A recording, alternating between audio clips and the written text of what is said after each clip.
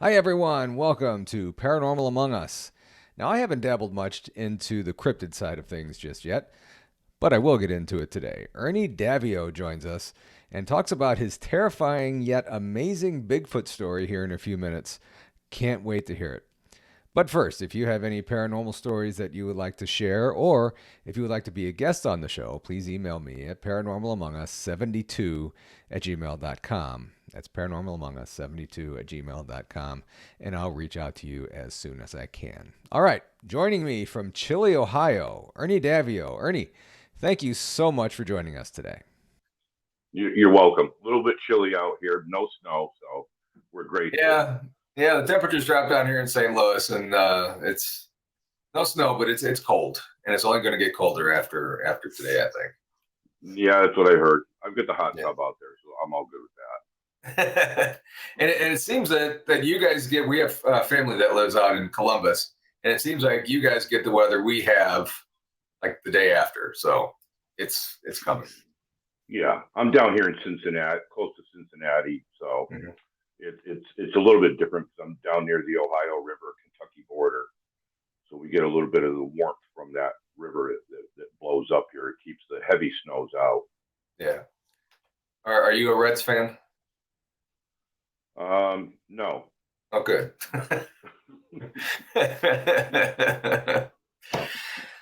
All right, so you have some Bigfoot stories, correct? Yeah, personal stories, Okay, mainly just me, but yeah. but before we get into all that, tell everybody a little bit about yourself. I've got a military background. Mhm. I was heavy into martial arts, and I'm a butcher right now. And I used to hunt and fish all the time back when I was a kid with one of my brothers, and then Mhm. the hunting party, my father and his great uncle. So that's pretty much it. And, I, and the hunting part, as you were hunting as a younger kid, did you come across any Sasquatch or yeah, but you wash it off. You yeah? know, it's something that they never talked about. They never told us to really that this thing actually existed out there. Mhm. And I firmly believe that they knew all about it because I'll give you one example. On a hunting trip, my great uncle at the time, is he was having physical problems, so he couldn't go to too many places. So we opted to go to where he close to his home, where he hunted a lot and he scouted it out. He knew there was deer in the area, track, and whereabouts they would be. But on this particular case, I think we got about 8 to 10 inches of snow, I believe it was, overnight, and we got into there, and my brother and I, uh, we went one way. We had a walkie-talkie on us. And my father, my great uncle, said they were going to skirt the old fire road that we were on, and for us to stay on the fire road because perhaps maybe they'd flush something out and cross the fire road. And I believe I was only like, believe it or not, 9 or 10 years old. You know, I got a shotgun. That was a thing back then. We're going to hunt Mhm. deer, but Mhm. to stay on that fire road, and if we seen anything uh, strange, to let them know. So the what we would do on the walkie-talkies, we click it 2 times so they would, pick it up and listen. And we did. We came across barefoot tracks. I've got no experience in that other than that looked like a man's tracks to me, and it was Mhm. kind of bothersome. My brother and I studied it and a little bit and concluded that yeah, it was some guy running around out there barefoot in 9 to 10 inches of snow, and that's weird. So Very we weird. clicked the walkie. Yeah, we clicked the walkie-talkie, and we agreed that we would go back to our split up point. You know, Mhm. which we did, and my father, my great uncle arrived, and we talked about it for maybe a minute or two, and they told us to stay there and not move. That they were going to go check it out, and they were gone probably. I'm gonna say 10 minutes. It's been a long time, about 10 minutes, I'd say. And they came back and they said, well, they talked in French, French Indian, and they said, well, we're not supposed to be here, and we have to leave. I was like, we just blew our whole hunting trip because we Right. had a hot area, but my great uncle convinced us to go there, and now we have to leave, and it was almost a 3 hour drive to where we did want to go. So we left. We left there. That was just one instance.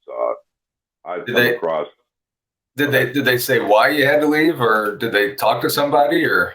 Absolutely not. I mean, my thought was, man, they obviously came across this individual and were told to leave, that we weren't allowed to be hunting in there, which I thought it was very strange that somebody be running around the woods barefoot telling two guys that were hunting in an area that my great uncle had hunted a lot, to leave. I mean, why would you do that? So we just washed it off. We let it go.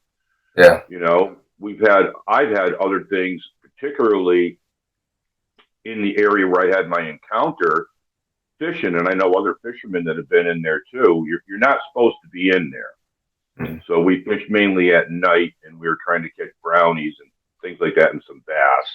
And we would play practical jokes on each other by my brother and I, throwing a rock over to where he was, or he'd throw a rock into the water near me, and you'd hear it plunk, and you'd, oh my God, something just tried to grab my jitterbug. We had a little black jitterbug for bait lure. Yeah. And one thing led to another, and next thing I know, I'm hearing some pretty big rocks, almost like boulders, being thrown into the water. And I seen one, and I said, man, I yelled at my brother. So, but we washed it off, you know. When we got up there, he said it wasn't him, and I'm like, well, it wasn't me. So whatever, maybe it fell off the ridge or whatever and landed in the water. But looking back, these are things that you look back on because you don't know about that. Right. It's not in your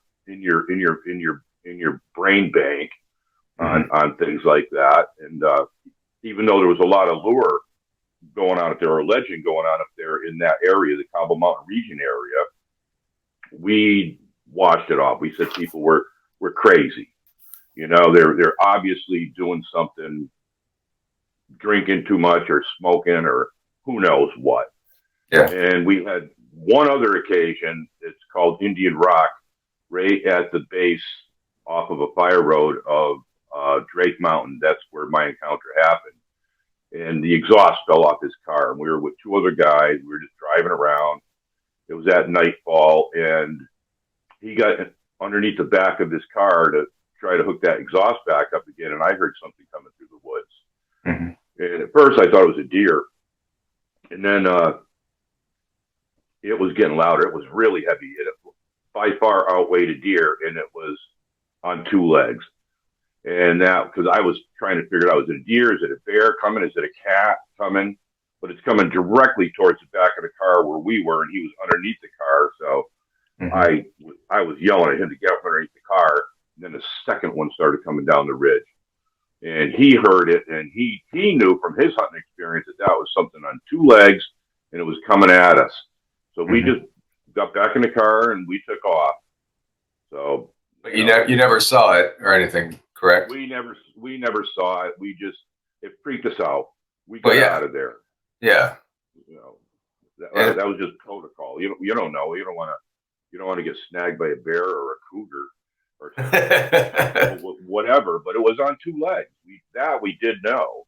You know, and the exact area he has had his own site that I just found out probably 2 years ago, back when he was a kid, where we used to live in Montgomery, which is 12 miles from that area. It seems to be that where I was the epicenter of a lot of sightings that were going on. I'm just starting to get into contact with a bunch of these people now. You know, the exact area I was in, I actually, I used to use topographical maps, mark all the deer trails, the food sources and whatnot, the comings and goings. And it was Drake Brook is at the top of the mountain there. And it was a little bit frozen over, and there was a hole punched in the ice. And I thought it was unusual because I used a small pair of binoculars to track with, you know, to follow a trail or look out in front of me. Right. And I didn't see any tracks around it. So I pushed up to it and got squatted down on it to check out, you know, is that something that a deer would do? I've never seen that before, but it was a fist size, a big fist size hole punched in the ice, and you could see where the ice was pulled out of the hole, like an ice fisherman would dig a hole. Mhm. And then I noticed that the tracks were scrubbed out. So I was looking for a Wow. branch. I thought it was maybe a poacher because we had gone in other hunting areas Yeah. that the wardens asked us if anybody got lost, they would wait for us to come out. The wardens would and ask us to go in and find these guys. And we had gone in for poachers before, and that's what I thought it was. So I looked around, and just out of my reach was a mountain laurel bush, and a branch was broken off and then tossed back into the mountain laurel bush where something had scrubbed its tracks out. And I thought, well, it's probably a poacher scrubbing its tracks out. Yeah. You know, so I washed it off again. You know, Yeah. anything else is I would completely wash off, like maybe structures or anything like that. But when you hear my story, you'll understand they've been around us, and I just never really noticed it. Now, getting back to the incident where you heard them coming in the woods when you guys were in the car, how many other big predators out there wander around on two legs? You know, I mean, that's, and if you could tell it, if it's heavy stomping, yeah, exactly. So, Zero. Yeah. Get the hell out of Dodge on that. Yeah. Yeah. We vacated. Yeah. Quickly. Good idea. I would too.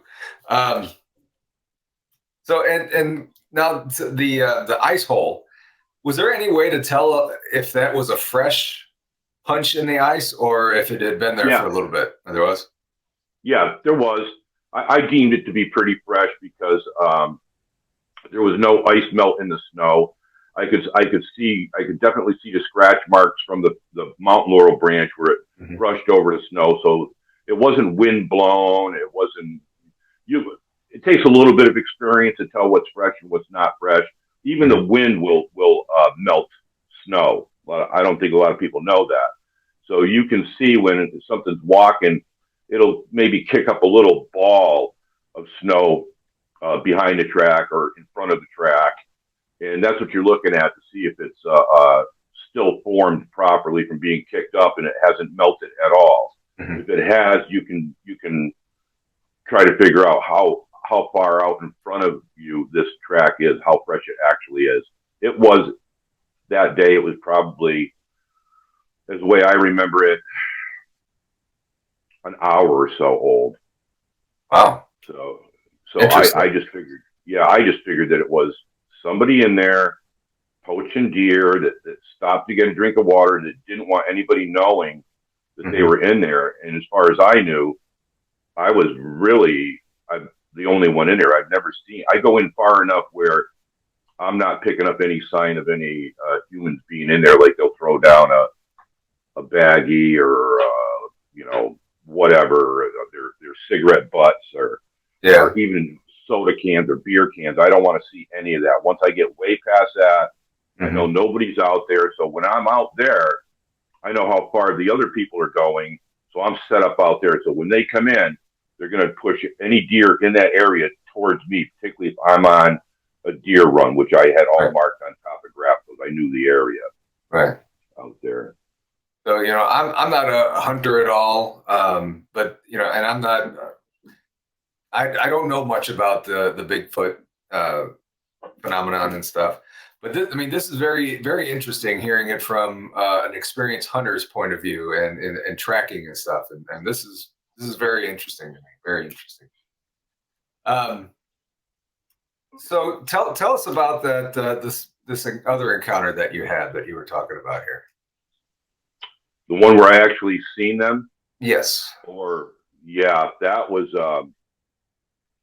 first week of December. It's shotgun season in the state of Massachusetts. And I had seen a bunch of reports in the paper that people were actually being robbed out in the woods by people coming in from the cities and stuff to go get out there and maybe find themselves a deer. So I was also carrying a sidearm, which is against the law. You shouldn't have a sidearm on you, but it was for protection. And I knew I was going in far enough. So I would have a knapsack with a little bit of survival gear in there and some rope in case I had to hang the deer up to keep it away from predators. If you can't drag it out, because they can weigh quite a bit. And if you're in deep, it can really tire you out. Yeah. But I had parked where I normally parked at the foot of the mountain, adjacent to the Cobble Mountain Reservoir. So I was on the opposite side of that entranceway, and there was an access road there, dirt road that the people that maintained the area would use when it was gated off. So I had to walk in that way about a mile, and I walked by what they called Indian Rock. It was my marker, and from there I would head up the side of the mountain. There was an old trail that went up there, and there was a lot of flat rocks, and about maybe 3/4 of the way up, there was a boulder outcropping. I used to think of it as being like a Stonehenge, because they were quite large. One's called Lookout Boulder, and that's about 40 feet tall. But I had scouted the area, I don't know, probably 2 weeks prior to that to keep my scent down. And I felt that the deer would be, it's an outcropping of 3 boulders that are pretty tall together. And I figured that the deer would be in that area on the top of, near the top of that ridge, particularly because that morning the wind was blowing down towards where I was making my entrance. On the opposite side of the mountain, there was like an apple orchard and a farm, which I've contacted those people too. But I started heading up there and, you know, kind of stop, walk a little bit. You try to make yourself maybe sound like a deer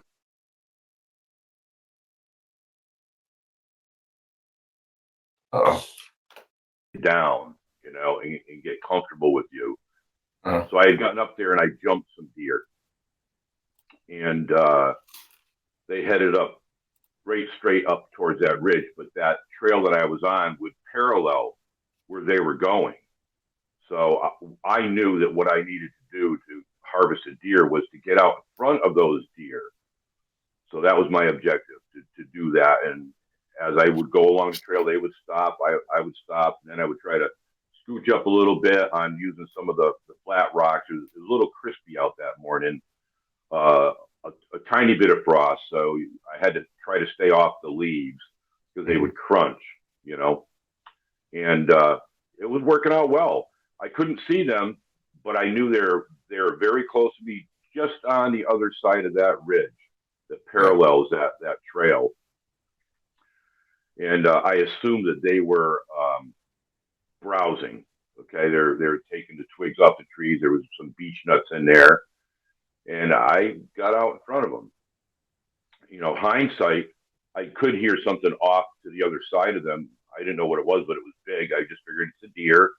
A lot of the bucks are not going to be traveling with the does. You know, they might be at a little bit of a distance. And I got out in front of them, and there was a stone wall. That trail dog-legged back down the other side by Drake Brook. And there was a stone wall that went from the path that I was on over to that dogleg section there where the Drake Brook was, where I told you I seen the hole punched in the ice. So I had set up there. I was pretty much in the open. And I knew if they came over that stone wall, I'd get a shot at them. And there was some old pines that separated me from the stone wall. They were big, thick pine trees, not a lot of them. So even if they ran in between them, I'd get a shot, a good run, a running shot. Maybe they'd stop after they crossed the stone wall. And there was saplings where they were, and they kind of stopped in there. But as I came up to my position, I looked to make sure there wasn't anything else around there. This again is hindsight, because I didn't want anything scaring them. Say I scared a rabbit or a squirrel, that could alert those deer, and they wouldn't come my way, which would spoil my whole hunting experience there that day. I didn't see anything, and that was hindsight again. When I think back on it, that's bothersome in a way. So I was starting to concentrate and I had my 12 gauge pulled up right at the stone wall, waiting for them deer. I could hear them getting closer, and I noticed movement off to my left, just in my peripheral there. Mm-hmm. There was something laying down next to a tree, what appeared to be laying down next to a tree, but I couldn't see its head. It was on the other side of that tree, and I thought that it was maybe a buck, a nice buck that would happen to be bedded down there. So I drew up on it, and it started kind of getting up. You know, I don't know if you watch a dog get up, they kind of hunch themselves together before they get up, and then they're up. Right. And still keeping those deer, cognizant of those deer on the other side of the stone wall, it caught my attention again because it's starting to get up. I'm like, that's not a deer. It is possibly a bear. And I hear a lot of people say, well, how can you mistake it? Well, if you go out in the woods, you can mistake a lot of things for a lot of things. Even a stump may look like something to you, and you're going to wind up drawing red circles around it if you got the picture you can take of it or whatever. Right. But at that point, I did think that it was a bear, and I said, well, oh gosh, I said, I hope it doesn't see me, you know, because it was about 35 yards away from me, with its head around the other side of the tree. And it didn't appear that it was. I didn't want to shoot it. I didn't have a bear permit or anything like that. And I didn't want to be bum rushed by a bear. So I, again, was trying to keep an eye on that, but watch that stone wall because they're coming. I can hear them. Yeah. And it started getting up even more. And it's hugging the tree. And I'm like, that's not a bear.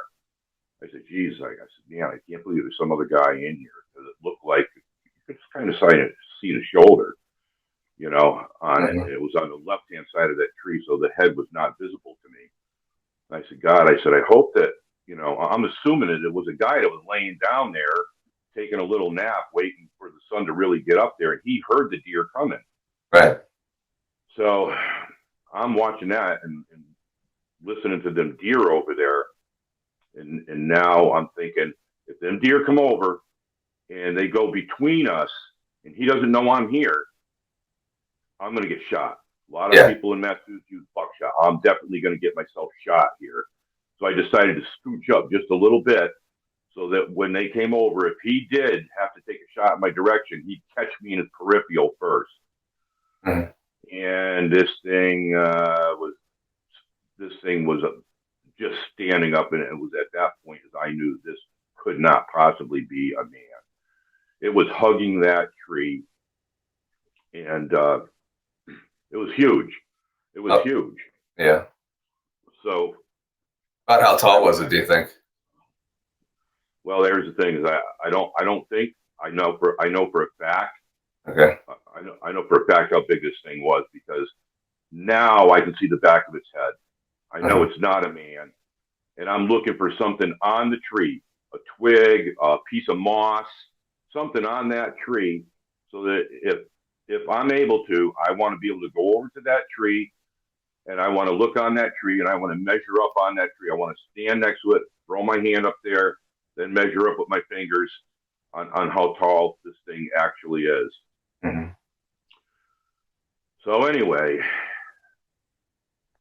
it was at that point right there that all hell broke loose on the other side of that stone wall. I mean, it was I want to say mind-boggling. I can't really put words on it. I knew that something attacked the deer. Something, it sounded like they came out of the tree. You could hear boulders hitting boulders, branches snapping, and something non-human attacking the deer.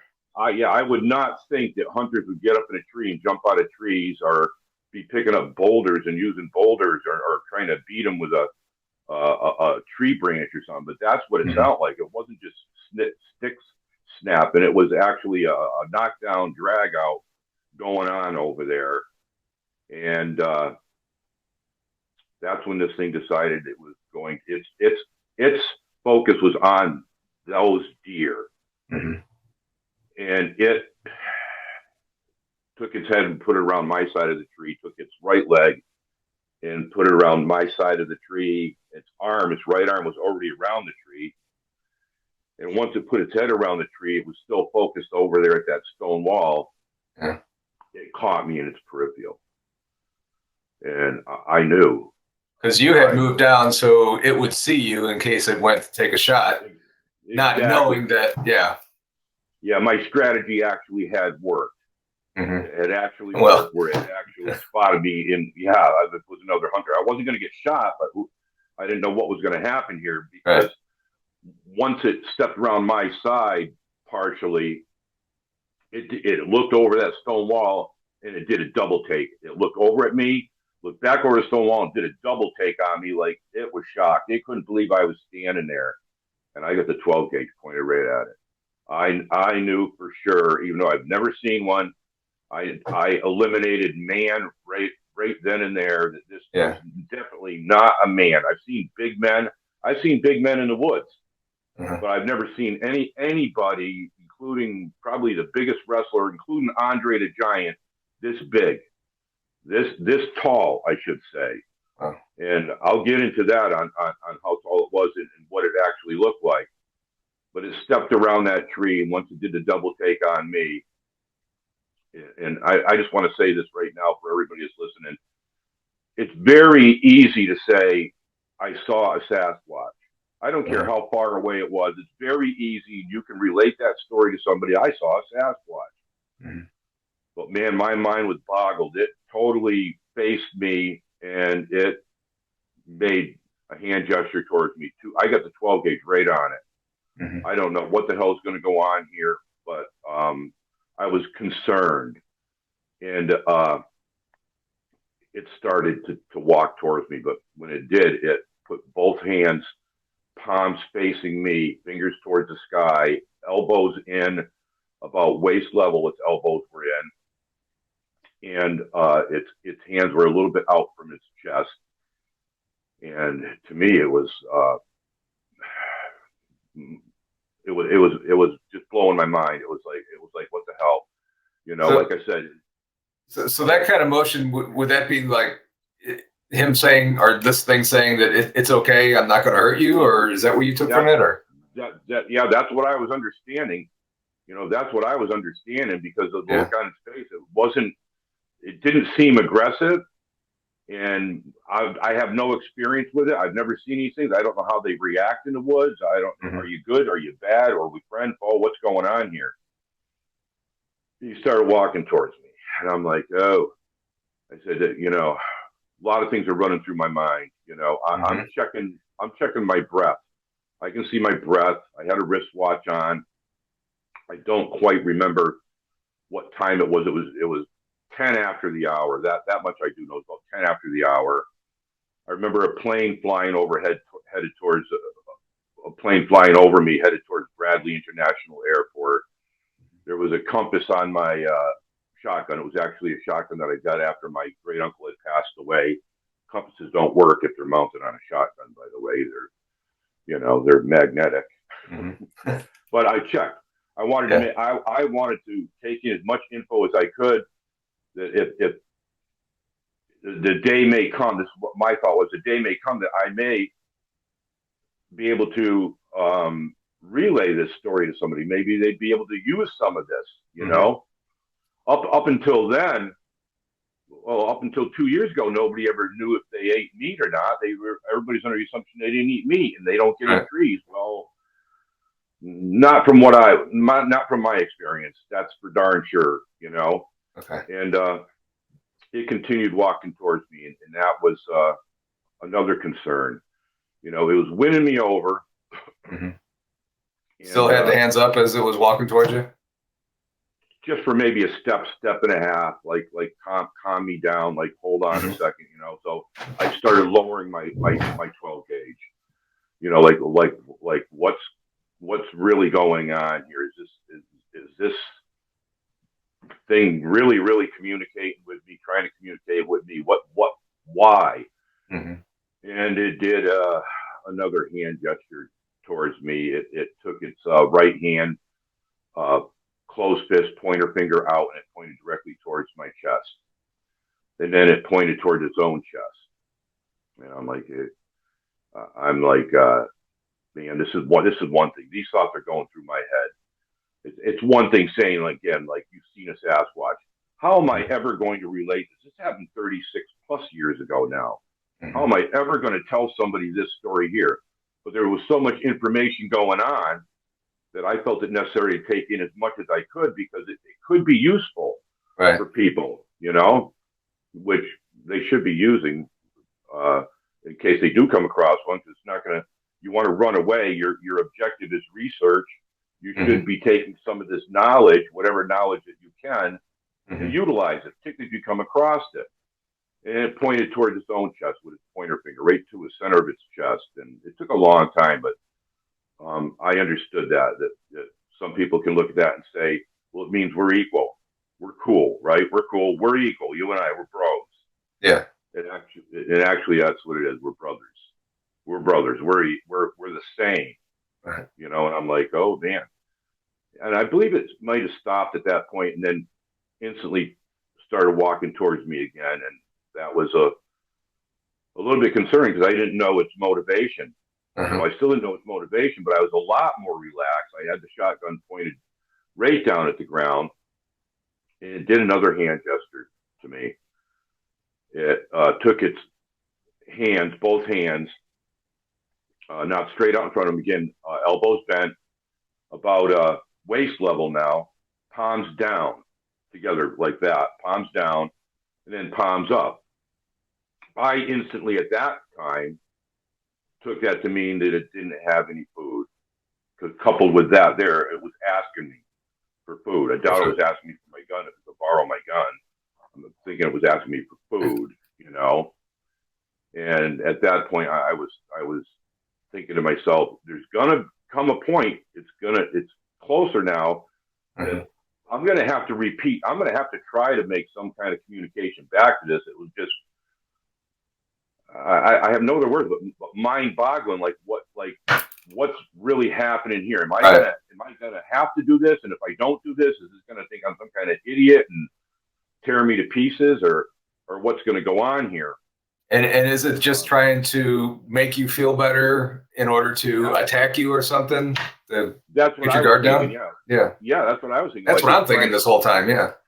Yeah, like it's trying to close the gap on me here. And my military background should have really kicked in, but what I kept in my mind too is those deer that were getting the bejesus kicked out of them over there. There was more than one. So if I were to shoot this thing and it seemed friendly, the others would. I was going to be in a lot of trouble. I wasn't coming out of there to relate the story to anybody. I'd be on David Pilates Missing 411 for sure. And it got closer to me, and it made another hand gesture to me. It pointed over my left shoulder, same right hand, pointer finger, and pointed over my other shoulder. And I took that to mean, where did you come from? Not get out of here, But under the circumstances, I figured that's what it was. And I'm like, I'm going to have to do this back to this thing, At that point, he was extremely close. I could make out his eyes very clearly, blue eyes, very human looking, Neanderthal, Native American, like solo man, African American, and very big. 7 foot 8 inches tall is what I measured on that tree later on, and I'll tell you. Wow. 7 foot 8. I guesstimated it to weigh around 500 pounds, 500 plus pounds, and fit. I mean, I've never seen a human being that size, being that. Even Arnold wasn't, possibly, but Arnold wasn't 7 foot 8 inches tall either. Right. Andre the Giant wasn't 7 foot 8 inches tall, and he didn't look that fit. Yeah, he didn't look that fit. He was way bigger than Arnold. Taller. He made Arnold look like a teenager next to a full grown adult, 6'3" tall man or whatever. So I figured it also did one more thing, and this really stuck in my mind. It's probably the biggest thing outside of us being equal that stuck in my mind It was close enough that it put its hand out, palm up, and I had to look down on it. But at the same time, I'm still trying to keep in mind to watch its shoulders. It was I didn't even come up to the top of its shoulder. Yeah. I'm trying to watch body movement, body mechanics there, and I started dropping my right hand down to my pistol.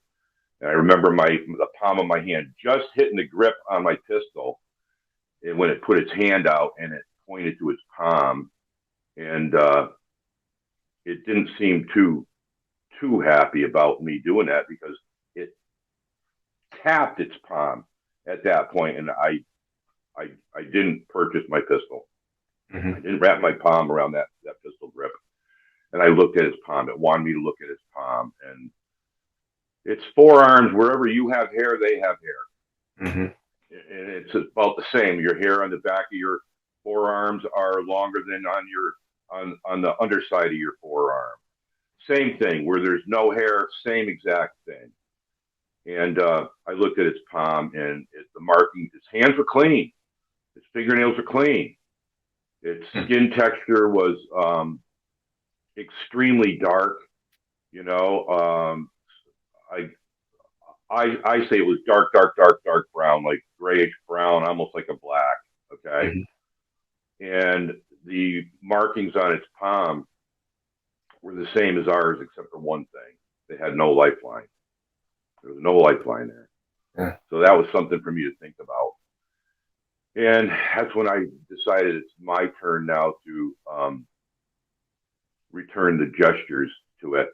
Mm-hmm. And my gesture was I had no food. I put my palms out the way it did, exactly the way it did. Palms down. My hands out, palms down. I had no food, the brother thing. And then I pointed over its shoulder to the left, over its shoulder to the right, like, where did you come from? I wanted to know, where the hell did you come from, you know? Yeah. And it nodded its head at me. And it turned a quarter of a turn towards that stone wall. We were pretty much facing each other. Mm-hmm. And that's when its shoulder was closest to me, when it took that quarter turn. So I could really see its hair.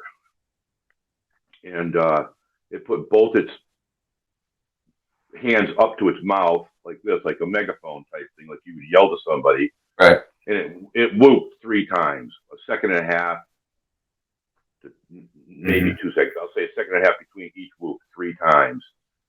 And like it was communicating with the other ones that were attacking the deer. Yeah.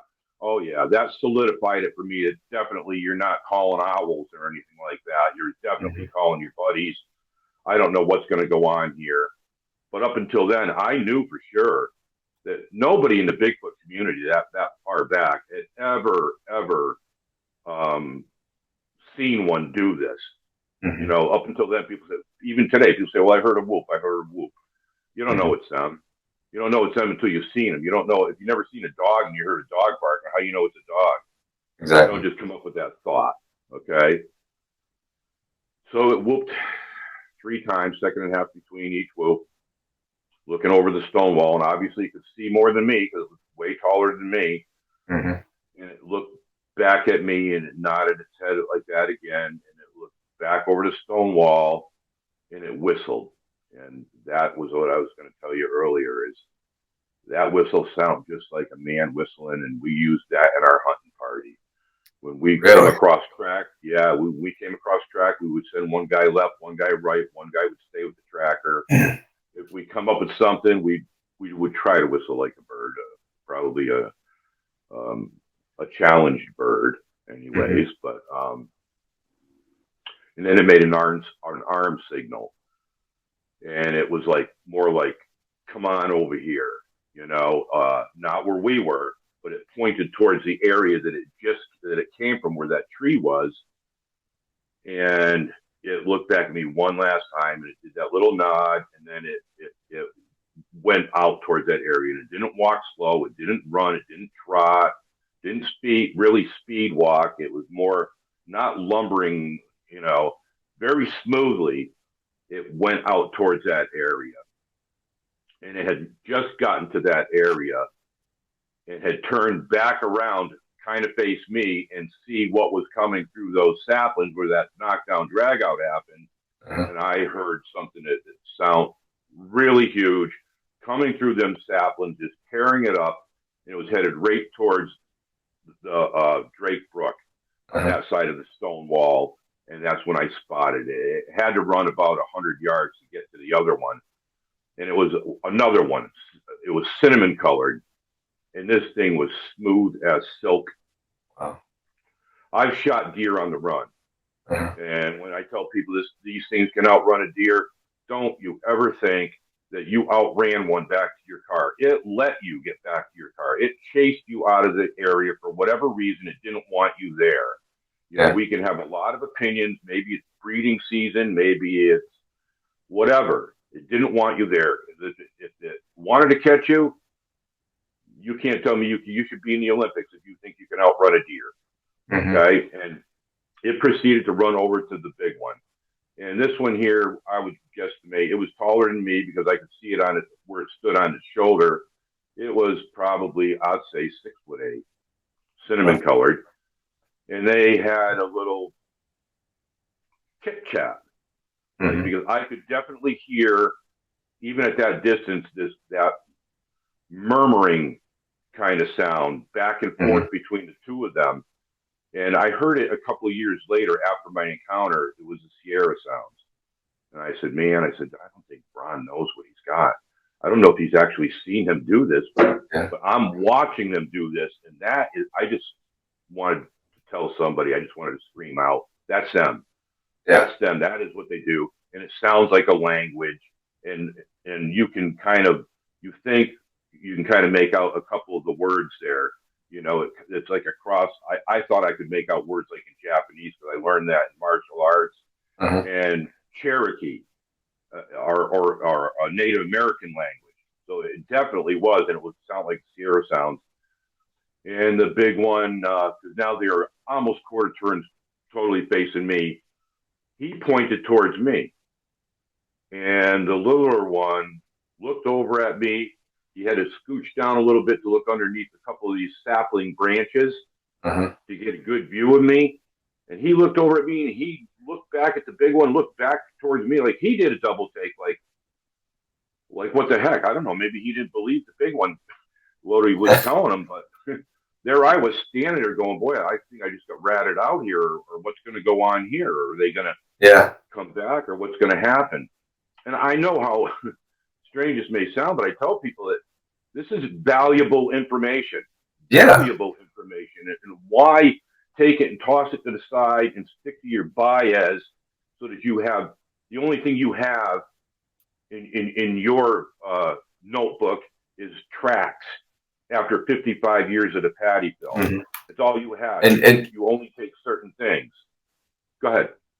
And you have them communicating with you, with each other, calling out hand signals and everything. I mean, that's incredible. Like what part, how much information do you want? You know, how much information could you use? And what do you have to lose by not using it? And what do you have to gain from using it if you come across one? What is your plan? But that big one, he pointed at that little one like you, and he wanted him to go that way, which would have been to my right side, like in a circular motion or semicircular motion. And he pointed to his own chest in the opposite direction that I took it as they're going to split up. And sure enough, they did split up. And I'm like, gosh, Paul, I'm telling you, I was looking at it like two things I really want to do. I was thinking about going over and checking the deer killed. I knew they killed one. I knew it. And I knew that big one was set up on a pinch point. I knew he was there in case one of the deer got away or something, that he could run it down. He was in an ambush point right there. So and the other thing I wanted to do was to go over and I wanted to follow him. I wanted to know more. I was really intrigued. I want to know where are you going? You know, do you hide in caves? What do you do?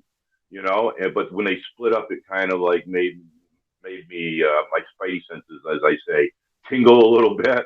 Like, why are you performing a flanking maneuver on me? You know, Yeah. is it maybe because you don't want me to go over to that deer kill and take your deer? Yeah. I That could have been maybe their dinner. Yeah. could have been, and I right there I washed that away, saying I'm not going to go over there, but I do have to group myself together, get myself together, because now Right. I was a little bit worried there, concerned, heavily concerned. But I wanted to go over and measure that tree, and I found it on the tree. And Wow. I stood next to the tree, and I put my hand up to the top of my head, and took a little bit of a step back, and then I'm a butcher, so I measured up with my finger off of that Hmm. mark to the mark on the tree, and I come up with 7 foot 8 inches tall. And then I said, well, I that's not good enough. I said, Yeah. I've got to look where this thing went off, because right there was a little knoll there, Uh-huh. and I got to go back, because when I say I didn't see anything originally there, I'm thinking that this thing was actually trying to get up to that pinch point, sneak up to that pinch point himself, ambush point, like I was trying to get out in front of the deer, but Uh-huh. he was focused over there, and he was on his belly coming up to the tree when I noticed the motion, the movement. But uh, I right at that knoll there's was a dried out vernal pool, Right. and there was like ferns that were grew in it and stuff. So there was no track per se that would be in mud or dirt or anything like that, but you could see where the foliage was pressed down. So my Really. objective was to correlate that with the height on the tree. So I had Uh-huh. something to back it up. Just I said, there's going to be a day it's going to come. I don't know when. That somebody's going to ask me this. Hmm. Hopefully I'm not on David Pilates. So I'm looking at where this mark is, where the foliage is pressed down and stuff. I said, well, let me try to make a little bit of a long step to come into that track, so I Yeah. can say, okay, this is my stride. Is its stride the same?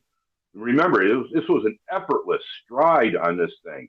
I didn't make it, so I decided, well, I'm going to take a jump from this position, and which one leg out, and I jumped.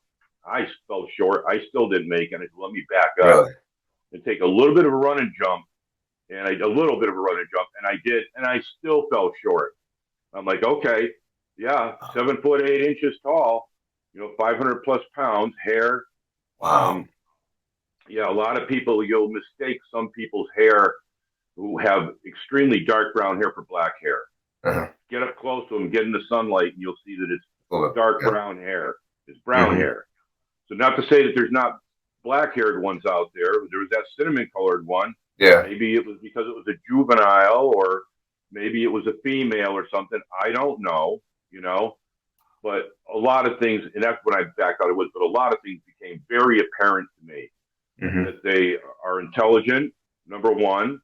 It wasn't something I was seeing in their eyes, because I can see intelligence in a dog's eyes, I'm Right. assuming. But, any good psychiatrist will tell you that's a real assumption right there. Uh-huh. And just everything that it did, it was ambush hunting. That's Yeah. that's sophisticated. That's a hunting skill that something's doing. Yes, predators do that, but um, this seemed far beyond that. When they say they don't use weapons, well, I got news for you. Um, if you got hit with a boulder in the head, I'm pretty sure that's called a weapon in the court. Yeah, definitely. And they're If they definitely use, big enough to handle a huge boulder to throw at you. yeah, if they needed it, Yeah. otherwise they could run you down so fast that you wouldn't know what hit you. It'd be a freight train hitting you. They Hmm. could pick you up by the nape of your neck and hurdle you right into a tree at 30, 40 miles an hour. You're done. Yeah. You're done. Go put your head down and run into a tree at 5 as fast as you can run. That's only Yeah. 7 miles an hour, and you're going to probably hurt yourself bad. Yeah. You know. Wow. But I can't imagine the emotions that you were going through from first seeing this to going out and measuring all that stuff. I mean, that's just incredible. the the biggest emotion that I had was, who was I going to tell? Yeah. Who I wanted to tell somebody, believe me, I really wanted to tell somebody, and I was looking. And And this was finally, you, and you said this was 36 something years ago? yeah, yeah. So there wasn't really anything on I had a phone. You Mm-hmm. know, there was even your most of your phones didn't have. You couldn't take pictures on most of your phones, Yeah. and to get on the web, it was next to impossible at the Yeah. time. You know, I don't remember really seeing any groups, but I needed to tell somebody. Mm-hmm. I can't mention the guy's name right now who I finally contacted, but it was about 2 weeks later, week and a half, 2 weeks later, that I actually went to my dad. Mm-hmm. And the emotions that I was going through was um, that nobody's going to believe it. They probably would believe it if I said I saw a Sasquatch, maybe.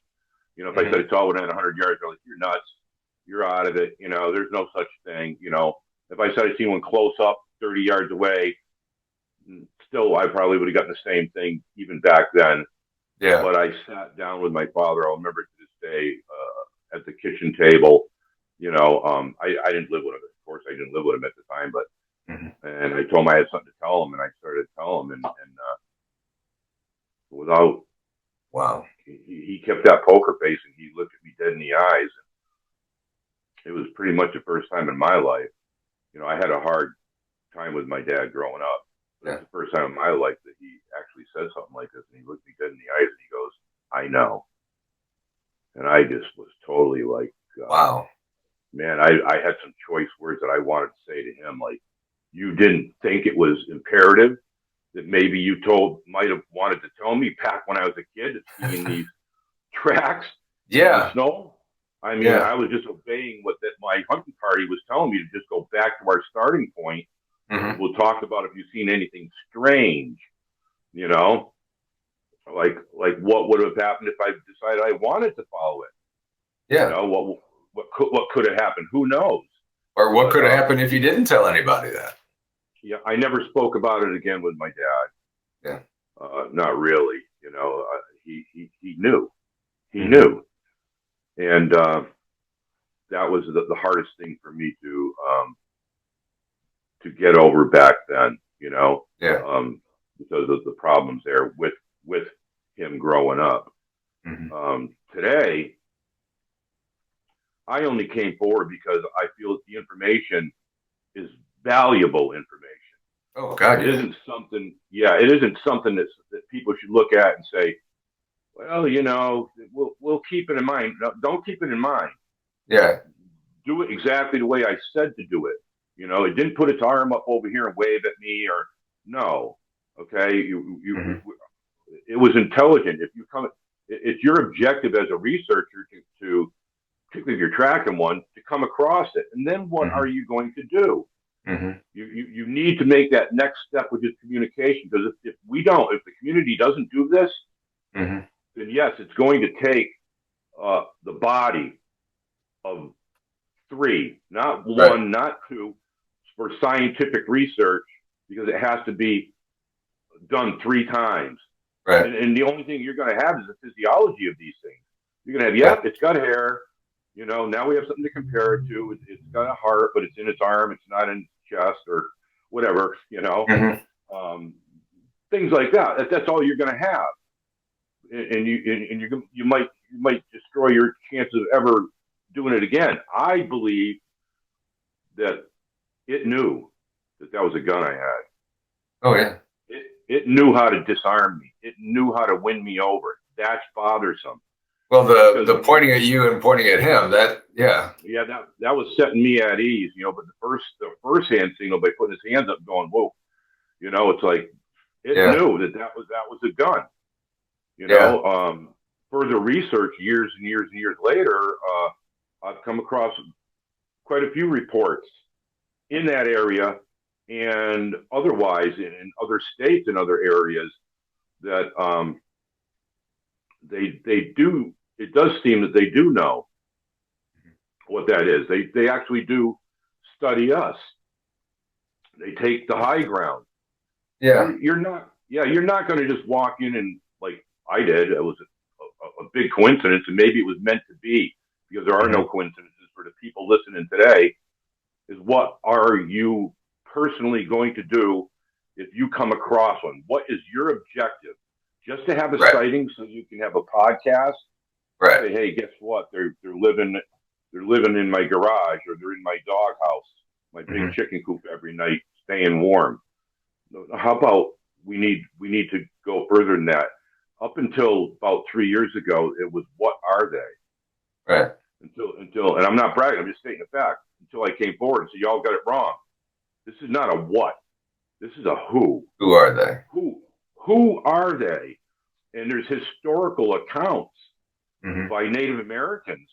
And me being part Native American, I have heard a lot of these stories that they traded with Native Americans.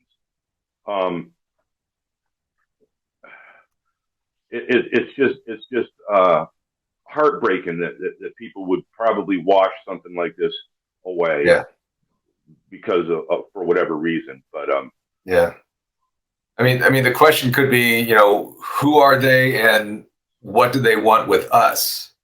Are they, like you said, are they studying us? That's why maybe. I mean, they're excellent hunters. Are they hiding and watching us from the woods and studying our moves? According to one of my friends, he's Mohawk, they traded with them extensively, and all of a sudden the relationship was broken off at one point. And unfortunately, a lot of Native American people, they've lost their stories, we'll call them. Okay, they're not really stories, or their legends, or their history, because there was nobody to repeat them. Right. And we feel that what had happened was that they are not warlike. At least the one that I came across was friendly. Let's face it. Yeah. Are there bad ones out there? Yeah, there's bad ones out there. Are there other things in the woods out there that are bad? Yeah, from what I understand. I used to be on the fence on some things, but after what happened to me, I can never, ever say to anybody that you didn't see a 1,000-pound squirrel. Right. Who the heck am I to say that? Exactly. I mean, it might have happened. I'm going to ask a lot of questions, but it might have happened. Yeah. The same thing with Dogman. Yeah. Okay. I'm pretty much convinced that's there.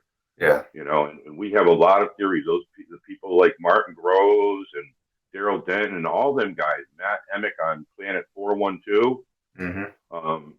I recommend a lot of people to get on that and watch some of those things that are on there. Very informative. They're there. If you haven't heard Matt's story, I wouldn't hear it at night. It's terrifying. It is terrifying. It is terrifying to go through it. Most encounters on Sasquatch or Sasabe people, or the forest people, are, the average is 5 to 6 seconds. In 5 to 6 seconds, you don't have much time to take in any information. Right. You have uncanny valley that's playing games with your mind. You have all kinds of things, because you need to take that and put that peg in a hole. And that's pretty much impossible to do in 5 or 6 seconds in different lighting conditions, at different distances. Right. The measured distance in the woods is not an easy task. What do they eat? What do they eat? What other things do they eat? Do they migrate? Do they have family units? Do they have clans? These structures. Every animal marks its territory. Dogs do. Deer do. Every animal marks its territory. Why not them? Yeah. Why not them have a family unit? And then from the family unit, they have their area marked, and then they have a clan unit. Okay. I'm going to make a plug here if I can. Sure. Can I do that? Sure. Russell Easterbrooks wrote a book. Okay. And it's very different from all the other books that are out there on Sasquatch, because it gives historical accounts that have things that are really in common in there. I'm not going to give it away, but it also has foods that they eat, and I recommend it for everybody. And if you haven't heard of it, that's it right there. You definitely want to pick that up. That's artwork that he did on the front. Oh wow! Ron Moorhead did the foreword on this, and it was very well done. The information that he has in there most people put stories from, so and so, and then you can read the story, and they're stories. It's a storybook. Okay, this here has information, all kinds of information to get your brain to marinate a little bit on what's really going on, like what I'm saying. Yeah. And maybe use some of that. You don't just go out there in the woods and start banging on trees. Right. You're telling them where you are. And if they do indeed, like I'm saying, have family units or even clans, then they obviously have rear guard. Yeah. And that rear guard is set up at a distance. When you come into the woods, and they've already seen you, they know you're there, they're alerting the family unit. We need to get up. We need to move on. We need to get out of here. We need to go somewhere else, including the whoop noises. They just probably, I would think it's kind of funny if I was playing hide and go seek and I could lure you further away from the tag post. Yeah. Yeah. But how long did, and I forgot to ask this before, how long did this encounter last? Yeah, I've had that question asked to me, and you got to figure the amount of time that it took to walk the 35 yards over to me. Right. This is just me trying to figure it out because I wasn't measuring time that much. Only that I do have a good sense of time being in the profession I'm in. I need to have that. So walking the 35 yards, stopping, hand signal, stop, go, and all the way back out to where it was from the very beginning to when I first noticed it to the very ending when they both split up, over 10 minutes. Wow. Over 10. It had to be over 10 minutes. Yeah. 10 minutes, people say, well, that's a really long time. No, I used to fight. Let me tell you, you want to know what a long time is? A long time is 3 minutes. 3 minutes. Yeah. 3 minutes fighting another guy, and they were all bigger than me. My weight class started at 185, and it was the open class, and it went to 265, and there wasn't a man under 225 except me, and I weighed 187. Oh my God. So, yeah, I had my hands full, so I wound up doing a lot of practicing with different sized people. To train for speed, because you're never gonna. That's the only thing I would have against a really big guy. But it was mind-boggling for some people to ever fight me in real life, because I used to train bouncers because I had that speed ability they weren't ready for. Like in the Sabe people or the forest people, they have that speed. You're not ready for that. Yeah. They can go. They can do anything they want to do in the woods. They are the kings of the woods, and it's their home. Yeah, I would take that 10-minute encounter with the Bigfoot over a 3-minute encounter over somebody that's trying to beat me to a pulp for sure. Yeah, it hurts. Yeah. And thank God that this was a very good outcome for you. And I think that's what throws people off. Yeah, I mean, it could have gone. Yeah, I mean, if you kept your rifle aimed at them, who knows what would have happened? Or I shot him, or let's say they didn't get a deer. Who knows? Maybe I was going to be on the buffet table that morning. I mean, maybe you were option B on the menu. That's what I'm thinking. I mean, my spidey senses really paid off, because I didn't know. I really didn't know. Particularly after they split up, is they could have gotten me with a boulder. They could have ran me down. I didn't leave the same way I went in there. I can tell you that. Yeah. I had my rope on me. I had my knapsack on me. I left down over one of the steepest parts of that Drake Mountain area, straight line back towards my car. And I used that rope in some spots to just whip around a tree to keep my balance, because I had my shotgun on me too. I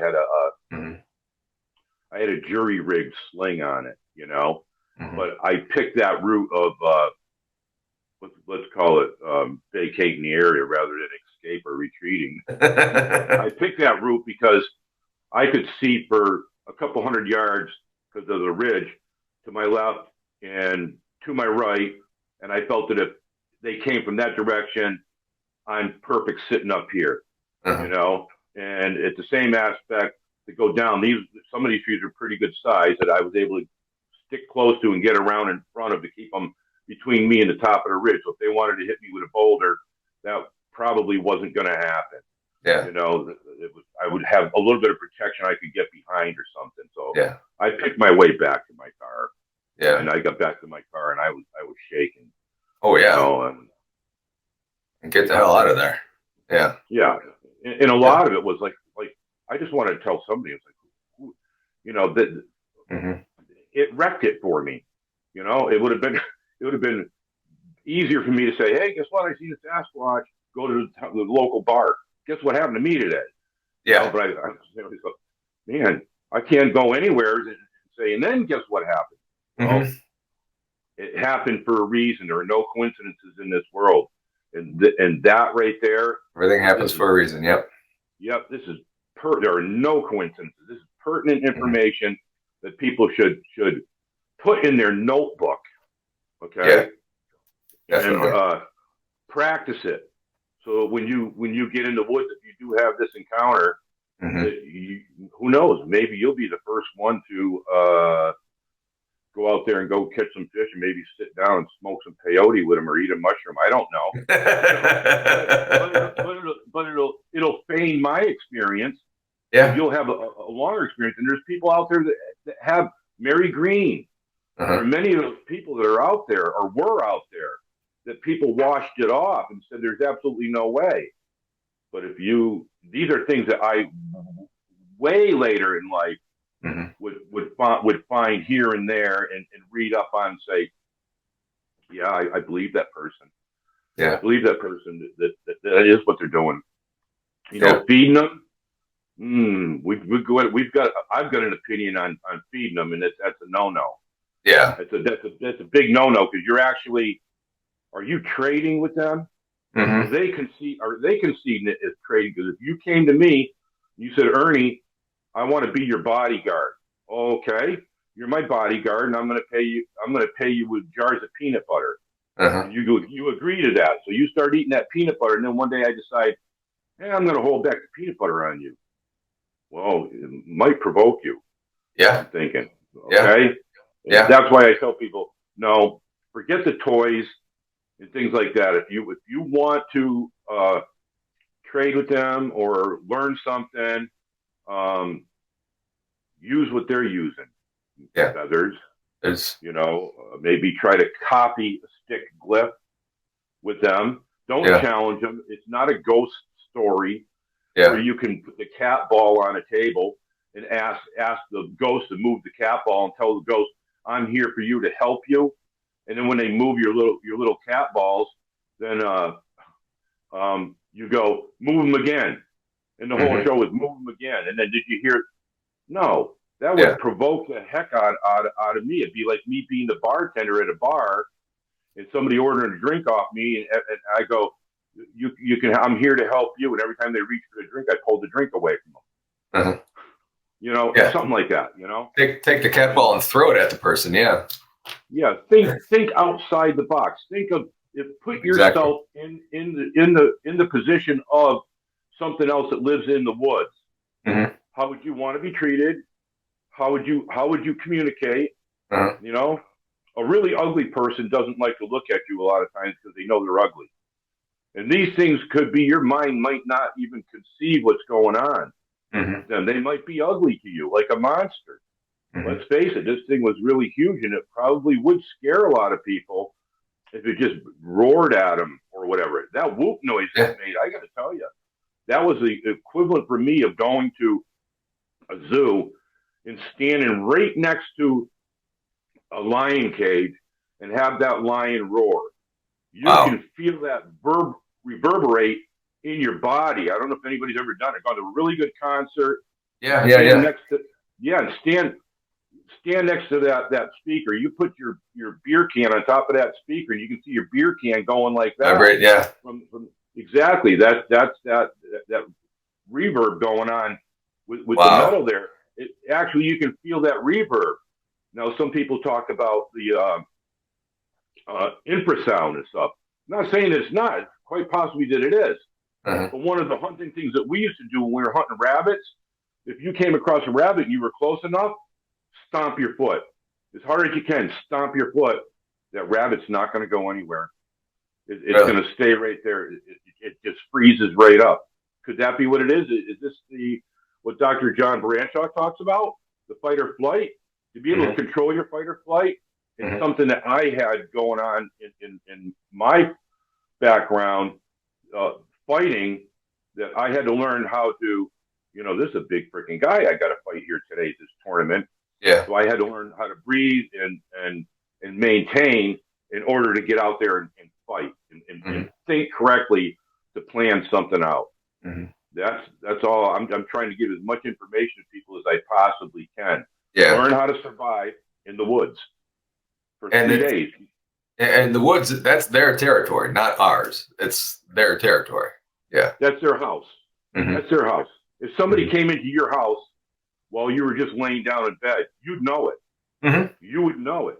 If you were going into their house, we used to call that the cathedral in the woods back when I was a kid, learning how to hunt and everything. The cathedral in the woods. You're going into the cathedral. Yeah. They own that cathedral. They own it. Yeah. They know every single stick, rock, boulder, brook, vernal pool, everything, where all the food sources are. Some people how to hunt. How to hunt. Yeah. And they know us. And I think they do the same thing that some animals would do, like deer. Will take it's the female that teaches their young. She'll bring them right up to people. And then you'll see her flag go up. She's teaching them what the flag means.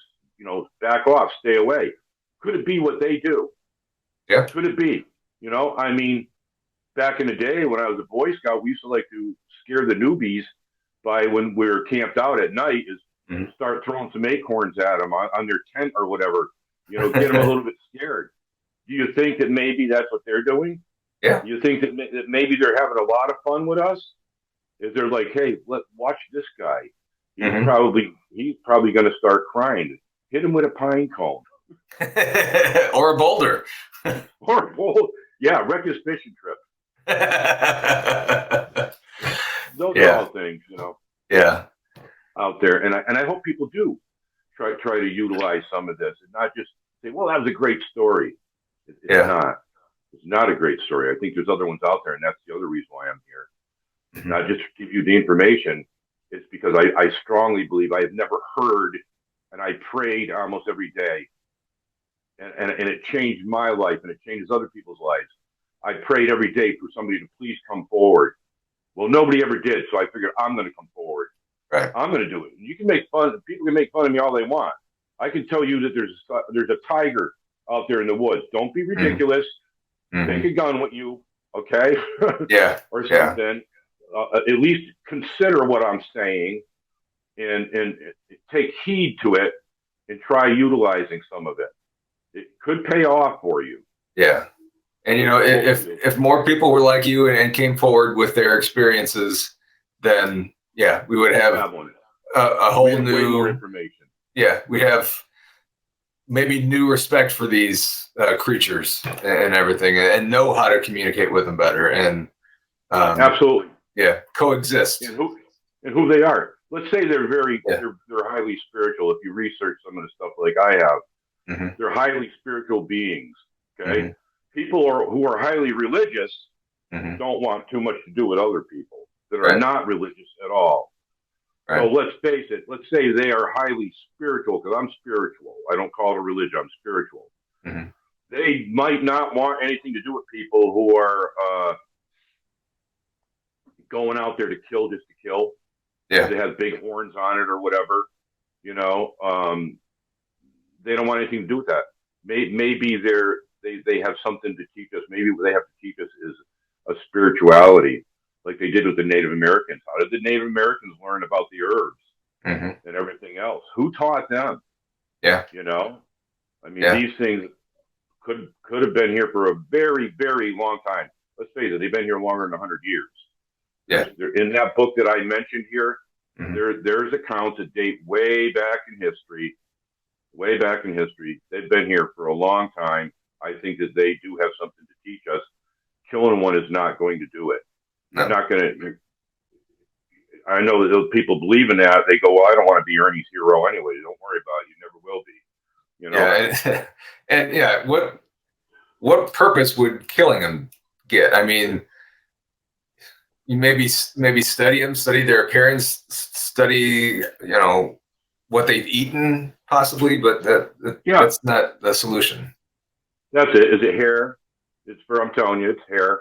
Yeah. You know, was Ernie right in the skin tech? Yeah, you got that. Now you got a dead body. You know, yeah, you got it. You know, what else you got? You got some of it. Yeah. And a big old dead body that you have to deal with somehow. Somehow. Yeah.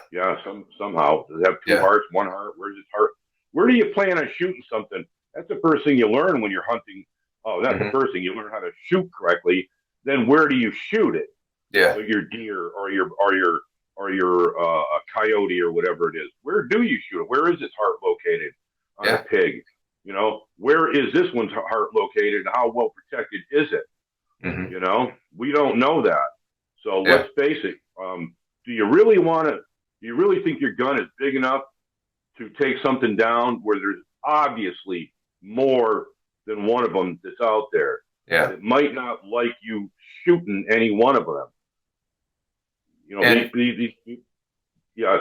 You know, where do you shoot them? And if you miss, you better have an escape plan. Yeah, you better have a huge escape plan, because even if you go out there with a group of guys who are versed in doing stuff like this, man, you better really consider the fact is, how would you like it if you're out there in grizzly bear country and there was a world record by 5 grizzly bear with 10 other grizzly bears with it, and you went out and shot one of them, and you're in a ravine.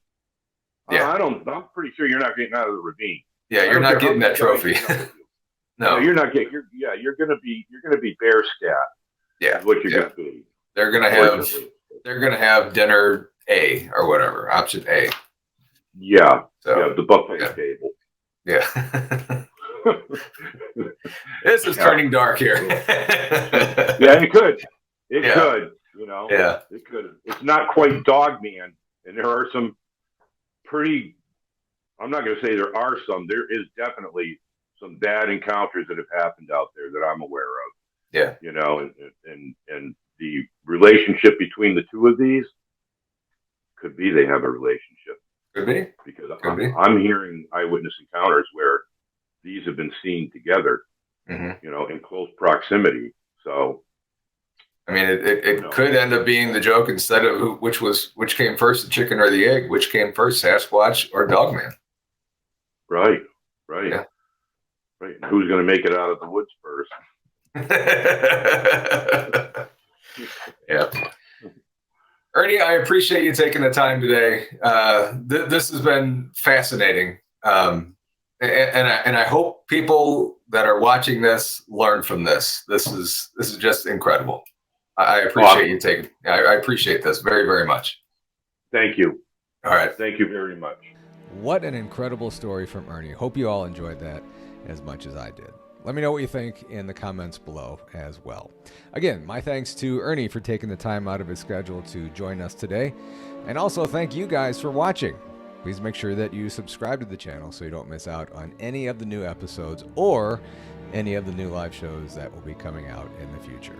Stay safe out there, and I will see you on the next episode of Paranormal Among Us.